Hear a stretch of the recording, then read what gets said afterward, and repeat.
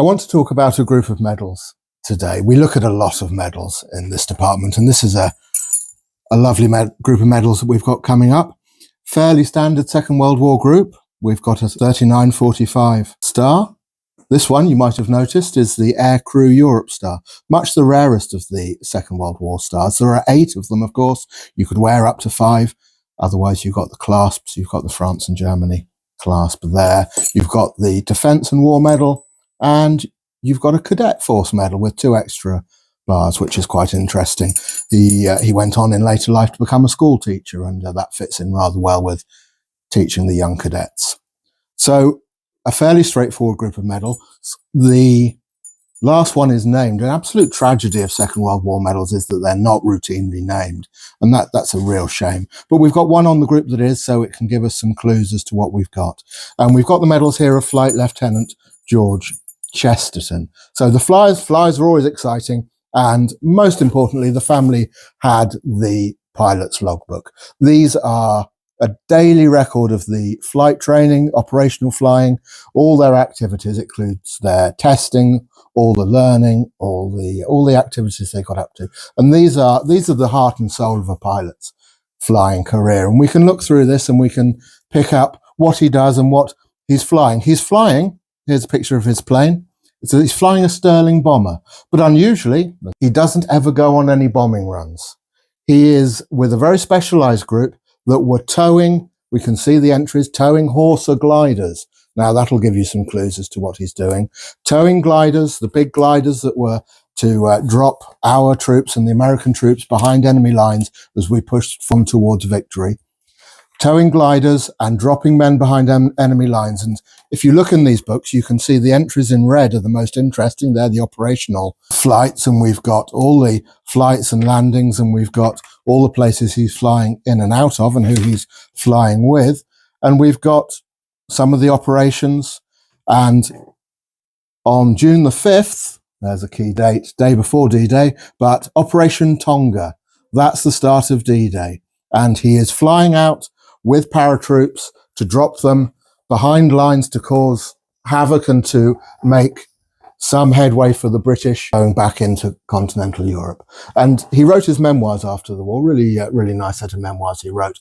And he mentioned the flight. And I'll just quote from his memoirs. He says, "We were in our own aircraft, newly painted with its special D-Day white stripes." You can see it there. You'll be familiar with these from the films when they've got the white stripes on the wings and on the fuselage. That's so we knew who was on which side, and especially for the D-Day landings. So we crossed over the channel at only 1,000 feet, making a rapid climb to cross the enemy coast between 8,000 and 10,000 feet, avoiding flak and enemy guns there, of course. We descended to 800 feet. The main door was open. The red light went on, and seconds later, on with the green, and the whole stick of paratroops left in quick succession. This is the special bit. On the return journey, we had the spectacular sight of the invasion fleet making its way to the Normandy coast. And if you've seen the Longest Day, the film where the Germans are in their bunker and suddenly it becomes apparent on the horizon, that's what this chap, George Chesterton, could see. He could see all those boats. And in the films, this German officer's going, "There's 5,000 boats coming." And the man back at HQ goes, "They haven't got 5,000 boats. And he goes, "Well, come down here and have a look." And that's what George saw as he flew back, having dropped his men behind enemy lines, men and equipment behind enemy lines to motivate the fight. So that's a really special little thing. But as we look through the book, we see various other entries. And there's one that I know you're going to love. It's just here on September the 17th, 1944. Operation Market. Operation Market was the operation in the skies. Operation Garden was the operation on the ground. Put the two together, it's Operation Market Garden. Now, we instantly think of the film A Bridge Too Far, don't we? We think of that attempt to win the war by the end of that year, really, by the end of 44, by absolutely taking the fight to the Germans. And he's there. He's dropping paratroops near Arnhem on that day. And he's back and forwards in several days. It wasn't as good a success as they'd hoped. Things sometimes aren't. The landing sites got confused.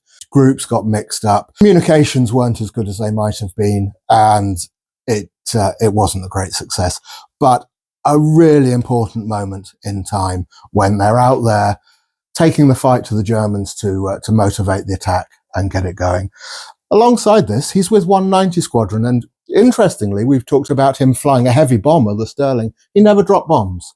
When he wasn't dropping paratroopers and supplies, he was working, 190 Squadron was his group, he was working with, that's in here, the SOE operations, SAS operations. Now, we all know SAS, SOE, Special Operations Executive. And he's dropping here. He's got 24 containers east of Paris, 2 packages. That supplies to the resistance. He's dropping containers full of ammunition, Sten guns, maps, explosives, everything they needed for the behind-the-lines activities. And he writes in his memoirs of the accounts of the landing sites that they put up for him temporarily. He flies in, low as they can bear, drop them and hurry home. And that when they did these when there were full moons so that they could get a really good view. And he's really disappointed on the days when they couldn't meet up with their resistance colleagues and make the drops. So he's a bomber pilot, not dropping bombs, dropping people, dropping equipment and dropping ammunition. And he makes it through. He completes his tour due to hours in the air. He sees some of the most important actions of the war. Then he goes off to tow gliders all over the place. He was a terrific pilot. But that's just one of the stories we can pick out from these groups of medals.